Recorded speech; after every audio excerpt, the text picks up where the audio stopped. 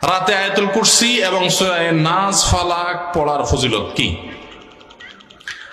রাতে আয়াতুল কুরসি পাঠ করা এটা অনেক ফজিলতপূর্ণ একটা আমল। ঘুমানোর আগে আয়াতুল কুরসি পড়বেন, আল্লাহু লা ইলাহা ইল্লা হুয়াল হাইয়ুল কাইয়্যুম লা তাখুযুহু সিনাতু ওয়ালা নাওম, শেষ পর্যন্ত।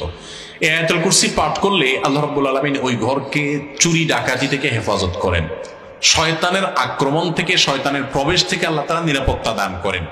অনেকে শয়তানের নানামুখী ওয়াসওয়াসায়, নানামুখী কুমন্ত্রণায় এবং ডিস্টার্বে, স্বপ্নে, ঘুমন্ত অবস্থায় নানাভাবে ক্ষতিগ্রস্ত হন।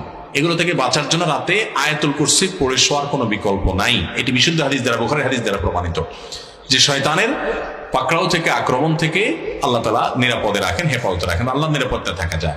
ঠিক একই ফজিলত রয়েছে তিন কুলেরও, সূরা ইখলাস, সূরা ফালাক, সূরা নাস, কুল হুয়াল্লাহ, কুল আউযু বিরাব্বিল ফালাক এবং কুল আউযু বিরাব্বিন নাস, তিনবার করে পাঠ করা।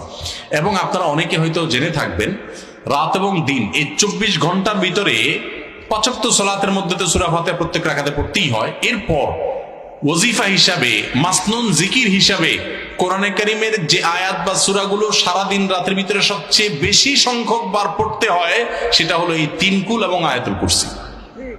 কতবার পড়তে হয় আসুন আমরা একটু মিলাই দেখি।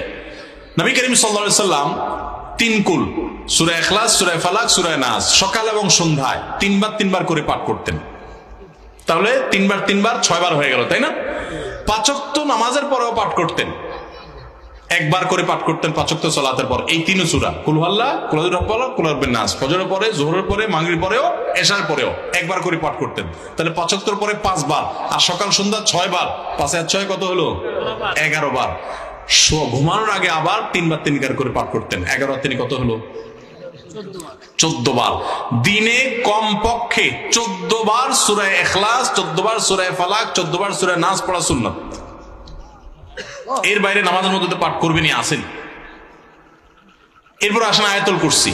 একইভাবে সকাল সন্ধ্যায় নবী সাল্লাল্লাহু আলাইহি সাল্লাম পাঠ করতেন, 5 ওয়াক্ত সালাতের পরে পাঠ করতেন আয়াতুল কুরসি একবার করে, আর রাতে শোয়ার সময়ও পাঠ করতেন। এই জন্য আমি বলি, রাত এবং দিন 24 ঘন্টার ভিতরে কোরআনে কারীমের যেই অংশের তেলাওয়াত সবচেয়ে বেশি করতে হয় সূরা ফাতিহার পর, সেটা হলো এই 3 কুল এবং আয়াতুল কুরসি।